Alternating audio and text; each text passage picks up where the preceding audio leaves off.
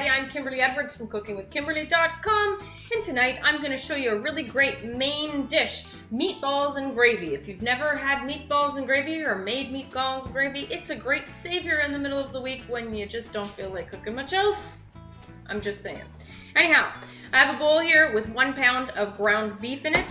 And what I'm going to add to it, I need a spoon. My secret ingredient for hamburgers and really great meatballs is just a little bit of butter. The butter lubricates everything, it's tasty, has a little bit of salt in it as well, but just the flavor and the moisture of that meat is so much different. Eh, Mom? So much different. Okay, so that is going to be 1.5 teaspoons of butter-ish. Now you can add bacon fat if you like, you can add a little bit of olive oil, but I don't do that. I add butter. Butter is the thing. Butter is what makes it better. Just saying.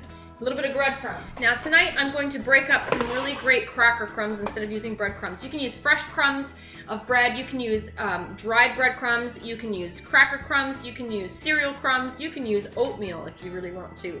But tonight I'm going to use these great crackers from the original Mariner Biscuit Company. They're olive oil and sea salt. They're delicious. You can also find these at qualifirst.com. Super good. So I'm gonna go grab my processor. I don't know if it fits in front of the camera. I don't know if it reaches the plug. So I'm gonna do this off camera and I'll come back. I'm gonna have probably about a half a cup. That's all about I need. About half a cup, I would say. So I'll be right back.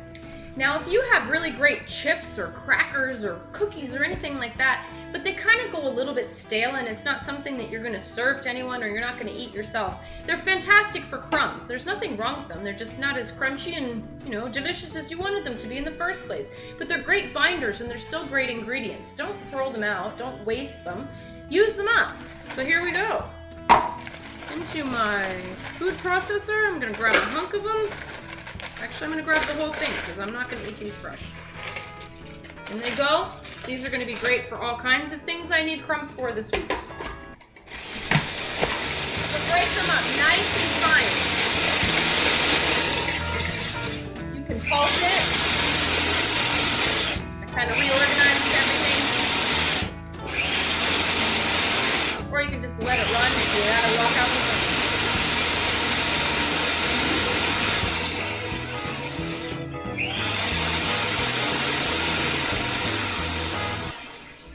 Those look awesome.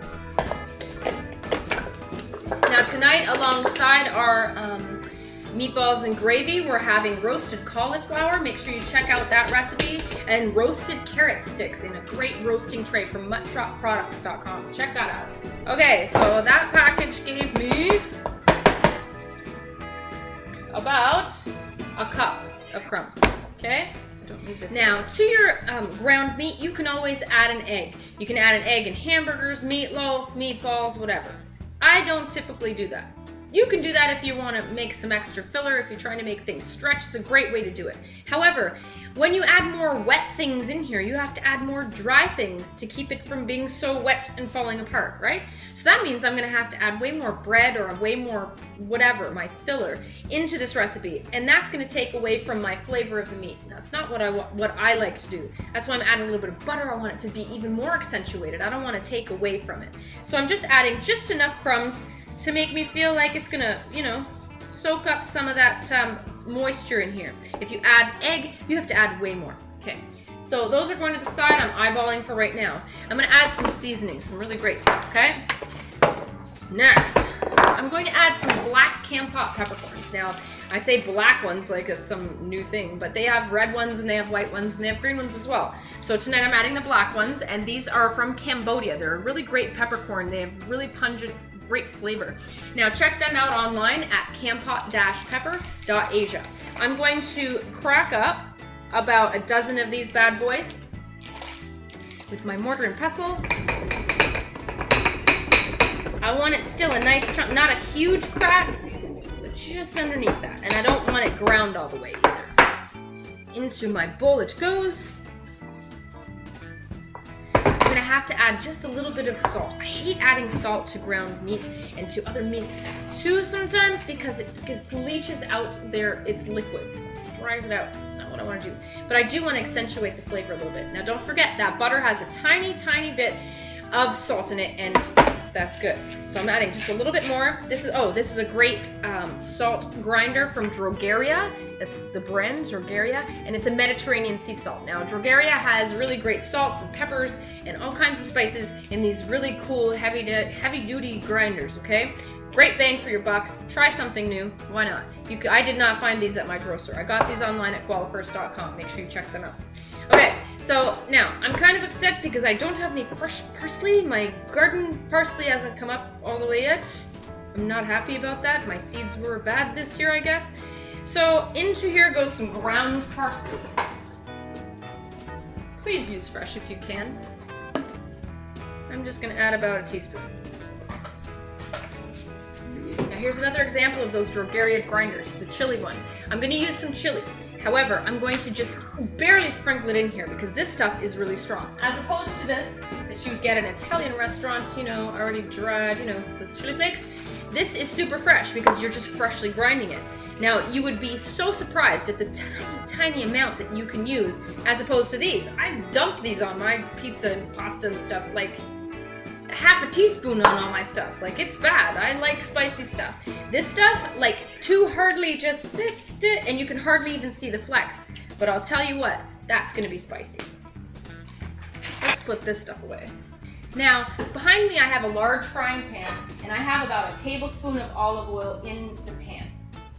Now I'm going to add just a tiny bit of butter to that, just so that I can increase the smoke point of the butter. That's why I want the olive oil in there. Otherwise, your butter's just going to be brown and burn. That's not what we want at all. We want it to be lovely and buttery, but not burning. Let's get that out, okay? Okay, now, your hands are your best utensil. It's the only way to make meatballs or burgers. You need your hands. Get your hands in here. Okay, now I'm going to feed these meatballs directly into this frying pan as I roll them and get them done. I want to make sure that my consistency is good, however. I just want to make sure that everything is evenly combined. That feels nice. Get this butter all mixed through. Butter. Butter's the key, I'm telling you. It's my secret. Okay. That feels good. I don't feel like I need to add any more crumbs to make that the right consistency. All is well. Beautiful. And it smells delicious. Okay. So now I'm going to take chunks of meat off of here, and I'm going to make meatballs. And you can make large ones if you want. You can make smaller ones if you want. Smaller ones cook faster. I'm making mine slightly smaller than a golf ball size, I would say. That's about 1.5 inches in diameter. Into my pan. There you go. Now, I'm gonna roll all the rest of these guys up. You don't need to watch me do this, and I don't need to talk to you about the whole thing. All you're doing is grabbing a chunk, just pretend like it's Play-Doh. Make a ball, throw it in the pan. Now, what we need to do is we need to get these browned on all sides. All sides, okay? So you're gonna roll them around, you're gonna turn them around. The best way to do that is either with some tongs, some small tongs so it's easier to work with, or as my mom taught me, and what I'm probably going to do, is I like to use 2 forks. 2 forks gives me good control in the pan, one with each hand, and that's just the way we do it. That's how I turn pierogies, all kinds of things in my pans.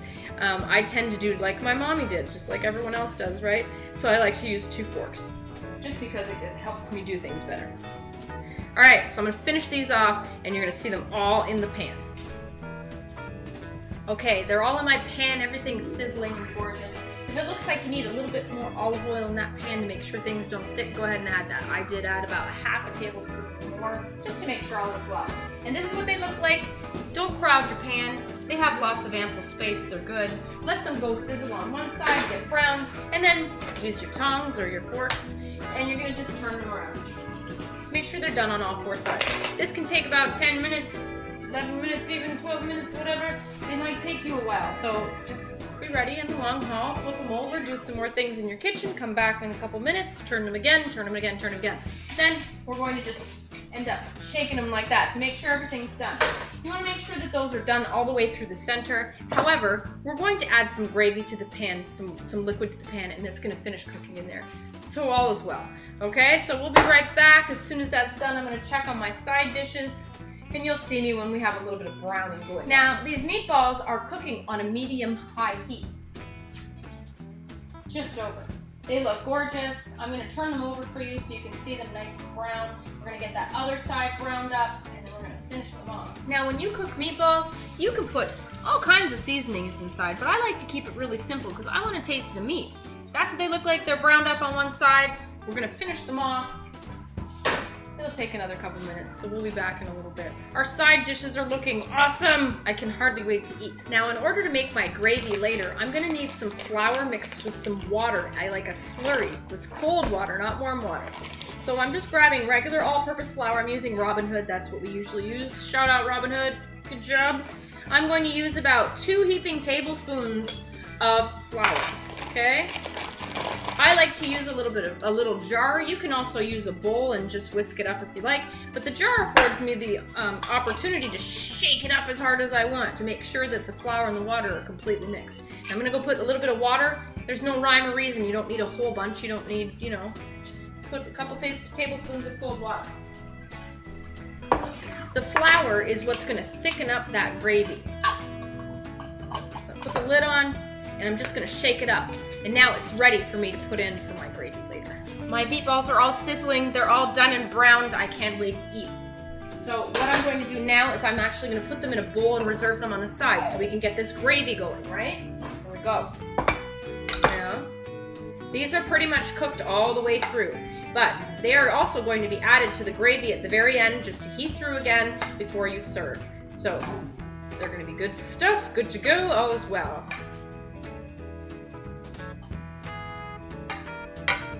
What you're going to see in the bottom of your pan, or what you could see, depending on the type of meat you used, if you used lean or if you used regular chuck of beef, and depending on how much olive oil you used, you're going to see some brown bits on the bottom, which is exactly what you want. That's going to be the flavor for your gravy. But I have quite a bit of oil at the bottom. I have like maybe 2 tablespoons. So I'm going to dump at least half or 2/3 of that out, just to keep a little bit of oil. You're going to need that for the structure of your gravy, but you don't want to ingest all kinds of, you know, gross fat for no reason. So that's going to be dumped out, some of it. And I'll be right back. Okay, so my meatballs are on the side. This is going back to my stovetop, and it's going to go back on a nice higher heat. Next thing's next. If you wanted in your gravy to add some onions or garlic or mushrooms, go ahead and do it now. Have them already sliced, do it up, brown up that stuff, make sure that your vegetables are nice and tender in that pan before you add anything. But see, I'm ready to go. I'm not adding any of that tonight. I just want gravy, nice gravy. So what I'm gonna do is I'm gonna deglaze the pan with some really great red wine. Now this is a local red wine from a vineyard out here in Niagara-on-the-Lake, Ontario, Canada. Make sure you check them out. It's Rancourt Winery, and this is their 2007 red wine, which is a Meritage, okay? Make sure you check them out. You can check out my review for that too. Okay, I'm putting about 2 tablespoons. This is going to reduce down. I want to concentrate the flavors. In other words, I want the liquid to evaporate out of it and leaving me with all the flavor of the wine. But it's also going to deglaze the bottom of the pan. Don't be afraid of that word. Deglaze just means it's taking off the brown bits, the things off the bottom of the pan. So now you sound all fancy next time you say deglaze. Red wine does a beautiful job. Actually, vegetables do a great job of deglazing pans, especially when you're doing roux for like Cajun or Creole cooking. Adding vegetables will deglaze the pan, meaning it'll lift off all those yucky brown bits on the bottom. They're not yucky, they're actually all your flavor, cooked up caramelized flavor. Don't lose it. This wine smells fabulous. I might even add 1 more tablespoon just for some extra flavor.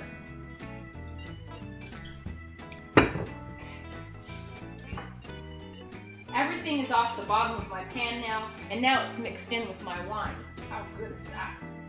Also, when you're cooking with alcohol, the alcohol is going to dissipate off first. It's going to evaporate. The boiling temperature of alcohol is so much lower than that of water. So it's going to be gone, leaving you with just the flavor and none of that alcohol, none of the alcohol to take in your body. If you can still smell that alcohol evaporating off of your sauce, keep letting it go for just a little while longer. So this is what I'm left with. A beautiful syrupy sauce that all the bottom stuff is off that pan, and inside there, okay, that looks good. I'm satisfied with that alcohol evaporating off. Now I'm gonna add my slurry that I have of the water and the flour. I'm just pouring that in, and we're gonna stir it around. Make sure everything's evenly combined. So now I have my wine and my flour mixture all mixed together. And I'm gonna thin it out a little bit. Now at this point you can add water, you can add cream if you really wanted to, or you can add tea or any more alcohol if you want to. Let that stuff evaporate out though. But I need to make this more of a liquid, you got me? So what I'm doing now is I'm gonna add some tea. Tea has more flavor than water, and I don't have any stock.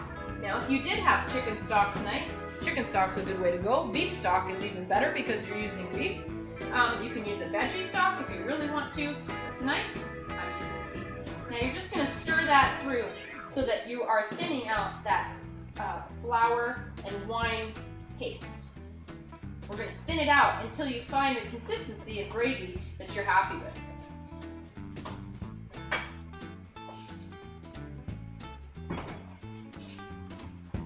Once that liquid has come to its, has all been mixed through and then it boils through, that's your full thickening power of your gravy this evening. It's not going to get any thicker than you are seeing right this minute as it's hot. This is also going to be a mixture that you're going to want to season up with salt and pepper and any other miscellaneous spices that you feel like is necessary. Some people like gumbo filet in their gravies. Some people like savory. Some people like parsley. And some people, they like their gravy even darker. And if you want to, and you don't have a dark gravy, and you didn't have a lot of drippings or things stuck to the bottom of your pan to make things gorgeous, what you can do is add just a couple dashes of gravy browning. And what that will do is it'll just darken it up. It's not for flavor, it's just strictly for aesthetics. So I think this is good. This looks like a good consistency. I'm going to let that boil through just a couple minutes longer and let it cook out that flour as necessarily as possible. You don't want to bite into a big, you know, meatball with some chalky flour type of gravy on the outside. Not cool. You need to cook that gravy, that flour out. All right, we'll be right back. Okay, my gravy is ready. Now I've adjusted the seasoning to my flavoring, my taste. I add a little bit of Tony Chachere's in there, a little bit of that seasoning. Make sure you check out my review on that if you don't know what I'm talking about. Put a little bit more salt, a little bit more pepper, a dash or two of cayenne, a little bit of parsley, and we're good to go. Now, if you don't have stock and you find that stock is too expensive, just saying, you can buy this stuff called chicken soup base. And what that does is gives you a little bit of that chickeny flavor, kind of like how packets of chicken soup is. It gives you a little bit of that chicken flavor without actually having to buy that. I'm just saying, some people are strapped or some people are, you know, don't know where to find it or whatever. But if you can find that other stuff, then you can go be good to go as well. Now I have quite a bit of gravy, just enough for everybody to have a little bit on their stuff. You know what I'm saying? All's well and dandy in the neighborhood. My gravy is nice and thick. I'm happy with that. In go my meatballs. I'm gonna coat them up, make sure you stir them around, get them all nice and juicy, and we're gonna let that just sit for a good 5 minutes before we serve. And that's it. We'll be back in 5 minutes. Now these are done. Don't base your whole dish upon the flavor of the gravy alone, because mixed with the meat, it's going to be super tasty. And this is typically a dish that would be served with a carb alongside of it, like noodles or rice or mashed potatoes or something. Tonight we're going a little bit healthier. We're doing a sides of roasted cauliflower in the oven and another side of roasted carrots. And this is going to be superb. I can hardly wait. So let's try one for you. Get some nice gravy all over it too. Make sure that you serve it up with some good old gravy. Mommy, would you like to try one? Tell me what you think, Here you go, Donna. Mom's gonna tell us off camera. Thank you. You're welcome. You like that? Delicious. Mine fell apart. So good. That is so tasty, Kim. I'm not mad at that. I love it. That's a great dinner. It's so rich. And It tastes really rich, doesn't it?